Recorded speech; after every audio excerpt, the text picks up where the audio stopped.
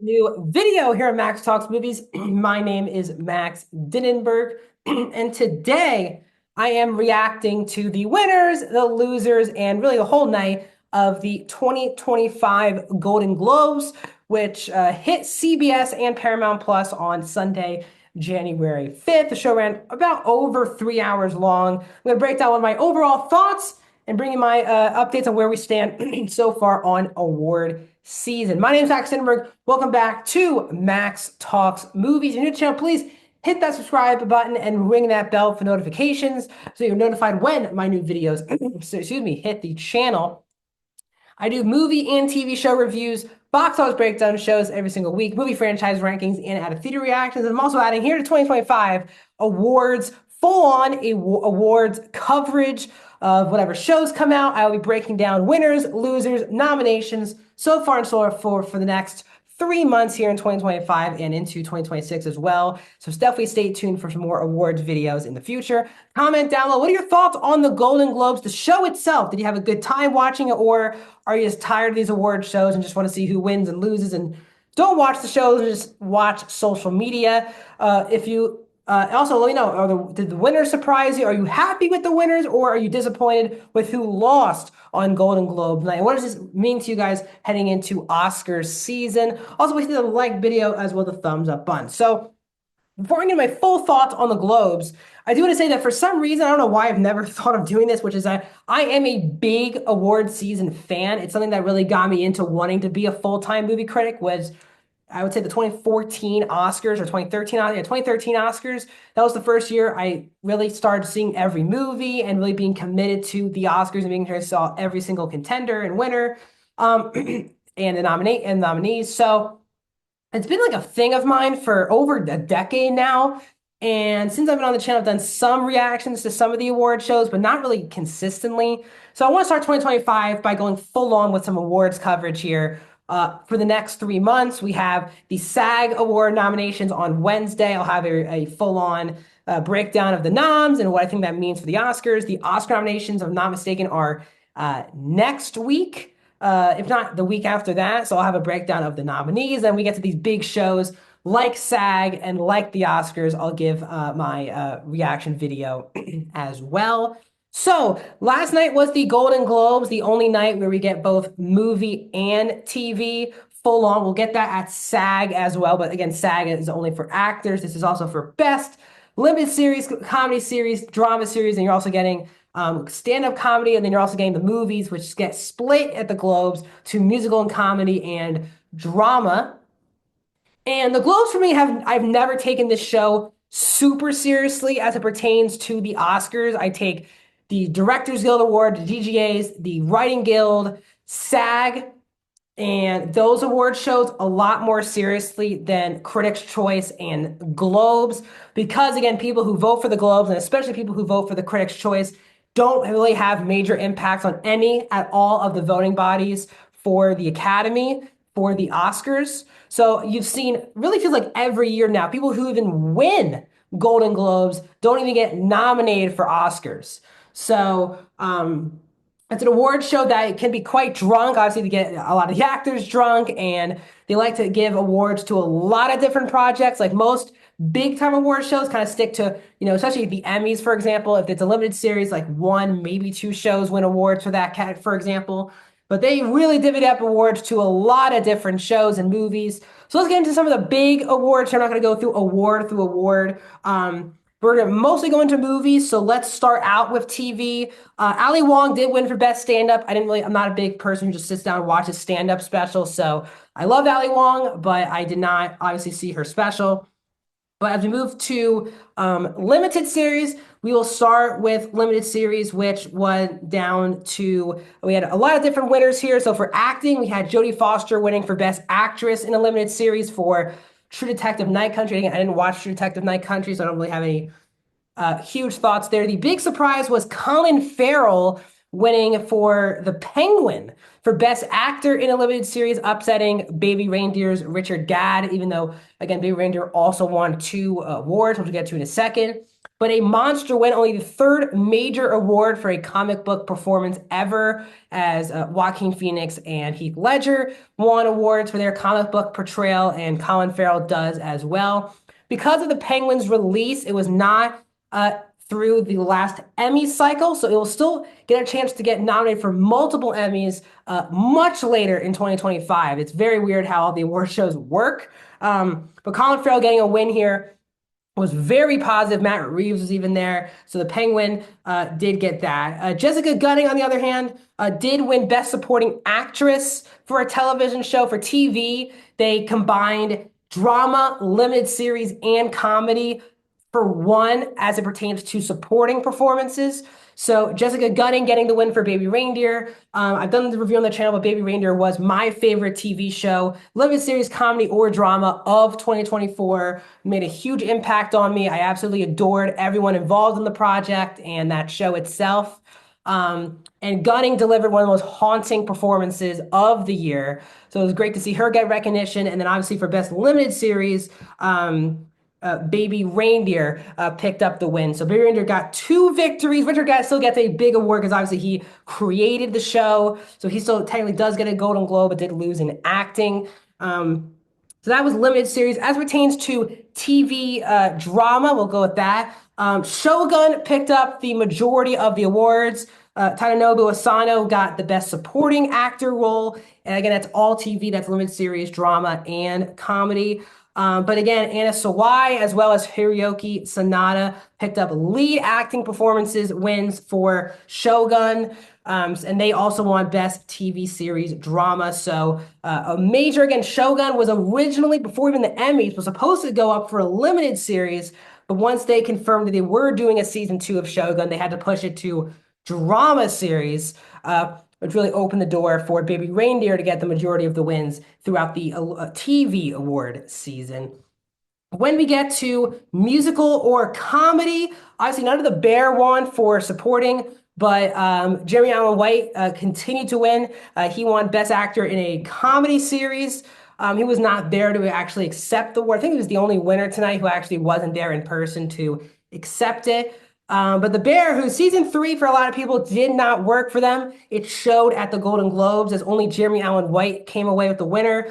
Hacks was the big winner for comedy, as Jean Smart once again won for lead actress, and Hacks won overall for Best Comedy Series, as that is it. Again, I've not watched Hacks, but I did obviously watch The Bear season 3. I like The Bear season 3. I don't love The Bear season 3, so I'm not really hard pressed to denying The Bear winning any awards for season 3. Nominations, of course, but not actually shows. Now let's get to movies, as we are pertaining to award season here. So Best Original Song went to El Mal from Emilia Perez, which was the big winner of the night at the Golden Globes. That for me was easily the best song that was nominated, not just from the movie itself, but of the songs nominated. So I was very happy to see El Mal. That's my favorite sequence of the whole movie, Emilia Perez. You can see my review on the channel here. Best score went to Trent Reznor and Atticus Ross for the score for Challengers. A really competitive category here. I thought them, even Conclave and The Wild Robot seemed like very good contenders to win here, but Trent Reznor and Atticus Ross, legends, winning their 3rd Golden Globe after winning one for Soul and Social Network. Hans Zimmer was nominated here for Dune Part 2, but remember, because of the Oscar rules of not, 30, at least 30% or more of the movie has to have new music that wasn't in the original film. Due to their, I guess, new rule, whatever it is, Hans Zimmer is not eligible to be nominated at the Oscars for Dune Part 2. So we'll at least see one, or at least one change here as pertains to the Academy Awards. Best screenplay went to Peter Strahan for Conclave. Now, again, a big difference here is they do not spread out screenplay at the Globes like they do for the Oscars. For the Oscars, there's a Best Adapted Screenplay and Best Original Screenplay, which is a major difference. So 2 screenplays win at the Academy Award, but the Globes combine all of it into one. So Conclave got wins over Emilia Perez, Honora, The Brutalist, A Real Pain, and The Substance. And Conclave got their lone win of the night here in screenplay. Was a bit of a surprise. It seemed like this could be a bit of a win for The Substance, The Brutalist, or even Honora. But Nora was the one movie got shut out. We'll get to that towards the end of this video. So Conclave picked up a screenplay nomination. Director went to Brady Corbet for The Brutalist, which I have not seen yet. It's hitting very limited over the next kind of month or so. But it had the biggest one as pertains to drama. But again, best director and best writer did not split up musical or comedy to drama. They combined all of it. Brady Corbet beating directing for Emilia Perez, Nora, Conclave, and All We Imagine as Light. So we'll see if Brady Corbet, he does seem like the current front runner for director as pertains to the Academy Awards. As we get to acting, the only really slam dunk of the night, in my opinion, was Kieran Culkin winning for Best Supporting Actor in a Motion Picture. Again, they don't split up supporting for musical comedy or drama. They combine all of it. So Kieran Culkin winning for A Real Pain. Again, I have not seen it. Planning on seeing it, obviously, before the Oscars. But he seems like the far away favorite, the person you can kind of hand the Oscar to at this point. People want Yuri Borisov to kind of be like the surprise win from Anora. But outside of that, Edward Norton, Guy Pearce, Jeremy Strong, Denzel Washington were the other nominees.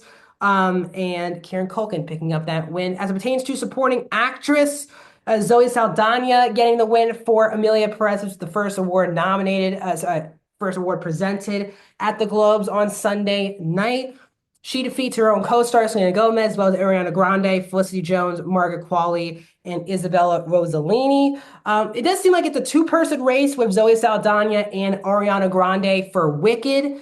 But the question is, we learned tonight, Wicked feels, at least on the Globe side, we'll see if it can win multiple awards at SAG or the Oscars. But Wicked, at least at this version, was Barbie, because Barbie was another big-time blockbuster. Again, made $1 billion, got into awards season, including multiple Oscar, nominations, including for acting, but really didn't pick up any major wins. Wicked is trying to avoid that for its first run. But Zoe Saldana, Emilia Perez was the most nominated movie. And no, I feel like Saldana is more of a leading performance than supporting performance. She, for me, was very well deserving for this award. Her and Grande seem like the only two people with legitimate shots at winning the Oscar in March. As we get to acting now, we'll split it up in the lead performances for musical or comedy. So for musical or comedy, Sebastian Stan picked up the win for A Different Man. He defeated Jesse Eisenberg for Real Pain, Hugh Grant for Heretic, Gabriel LaBelle for Saturday Night, Jesse Plemons for Kinds of Kindness, and Glenn Powell for Hitman. That feels like a category where probably all of those actors won't get nominated for Oscars. All of the major contenders went to the drama category this year for the Globe. So it would be a long shot, honestly, if any of those actors actually get nominated at the Oscars. But it's always great to see Sebastian Stan win. He's been one of the more underrated actors. He's really just known as Bucky, but if you see him outside of the MCU, he's put in some really good work. So he got the win for musical comedy for actor. For actress, the big surprise here was Demi Moore picking up the win for The Substance. She beat Amy Adams, Cynthia Erivo, Carla Sofia Gascon, Mikey Madison, and Zendaya.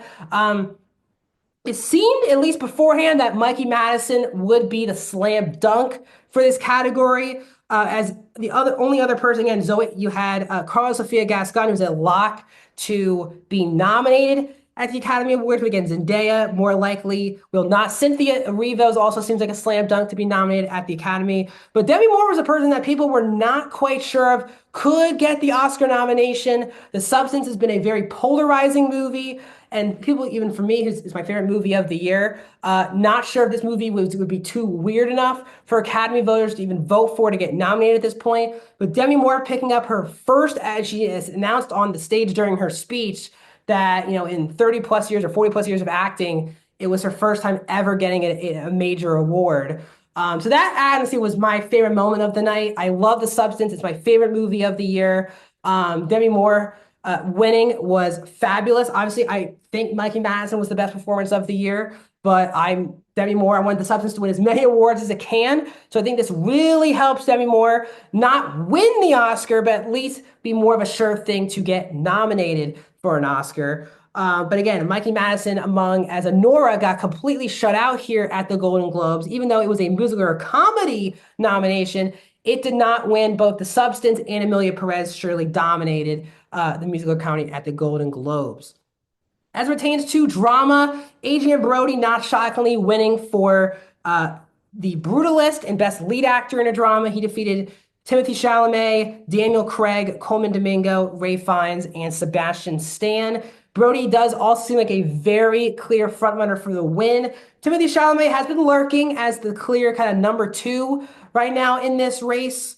But it does seem like the actors in this category seem like more slam dunks to be nominated. Brody, Chalamet, Domingo, and Fiennes all seem like pretty much sure thing noms at this point. It's kind of like the fifth spot for the Oscars, seems very much up in the air.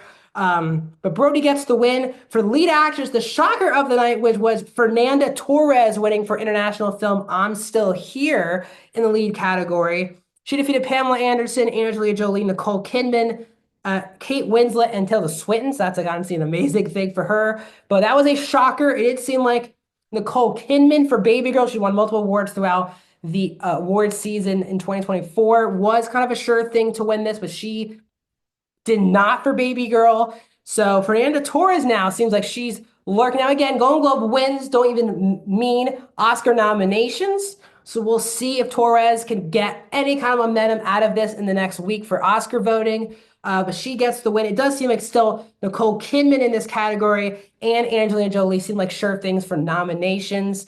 But this category is very wide open as we head to Oscar season. Also, Amelia Perez did win Best Non-English Language. That seems like the easy slam dunk as well for the Oscars. Wicked won the stupidest award of the night, which was Box Office and Cinematic Achievement, which who knows why, but this seems like an award just like last year that gets the Barbie people on stage, and for this year, it gets all of the Wicked people on stage. This has no meaning at all for award season. Best animated film went to Flow, upsetting The Wild Robot. It does seem like it's a two-horse race with Flow and The Wild Robot. When we get to the Annies, which are the big, like, the Oscars for the animated, if Flow even wins there, it seems like actually Flow is getting all the momentum. It's releasing on digital this week, so people will get a chance to watch Flow very soon. Best Picture, drama went to The Brutalist. It defeated a complete unknown, Conclave, Doom Part 2, and Nickel Boys. The Brutalist is also another movie that's being very highly contendered for Best Picture. Again, at the Globes, it won Lead Actor, Director, and Picture for drama. So this movie is doing very well. In this category, again, complete unknown, Conclave, Doom Part 2 seem like sure things for Best Picture nominations, while September 5 and Nickel Boys seem like a bit more of on the edge of getting into the 10 mix at the Best Picture. Best Picture musical or comedy went to Amelia Perez to end the night. This was the most nominated film at the Globes, and it had the most wins at the Golden Globes. It defeated Anora, Challengers, A Real Pain, The Substance, and Wicked. Now, as pertains to this, it seems like Amelia Perez, Anora, A Real Pain, The Substance, and Wicked, that's 5 movies, should be nominated for Best Picture. The only one here that probably won't make it to Best Picture at the Oscars is Challengers, which seems like it'll get a lot more technical awards than actual major awards in award season. But Amelia Perez is heating up. The movie is on Netflix already. I reviewed it here on the channel. It's a very good movie, like an excellent film with a lot of powerful messaging involved. So it's a movie that I'm not pissed is winning a lot of awards. I do believe Anora and The Substance are better films, in my opinion, especially The Substance. So we'll see if Amelia Perez can become kind of like the Parasite as it pertains to winning not just international feature, but also Best Picture. It will be very interesting to see how this goes throughout award season. Again, surely it will get the SAG Ensemble. And the question is, can it continue to rack up awards at SAG? As Zoe Saldana, Carl Sofia Gascon, and maybe even Selena Gomez could get nominations themselves, plus the SAG Cast Ensemble. If it starts to win major awards at SAG, Amelia Perez could be in really good shape for the Academy Awards. Overall, the show was hosted by Nikki Glaser. I thought the show was kind of whatever you could do. Award shows for me are never that completely interesting. Once you just get to the actual who wins, who loses, the show's fun. But as always, there's too many bits. The show went over the allotted time of 8 to 11. So again, I wish these shows were like 2.5 hours long, but they do so much other stuff to get through. So shorter, but this is really the kickoff to the award season that's really heating up with SAG Awards hitting nominations on Wednesday. So hopefully Wednesday at the latest Thursday, I'll have a video for my reaction to the SAG nominations. Next week, if I'm not mistaken, at least in mid-January, the Oscar nominations are coming out. That day, when the Oscar noms come out, I'll do a full breakdown of the nominations, who got snubbed, who surprised, who the favorites to win. I can't wait to do that video, guys. So more award season coverage coming from me on the channel very soon. Thanks for joining me. Comment, like, subscribe, and I'll see you guys on the next video.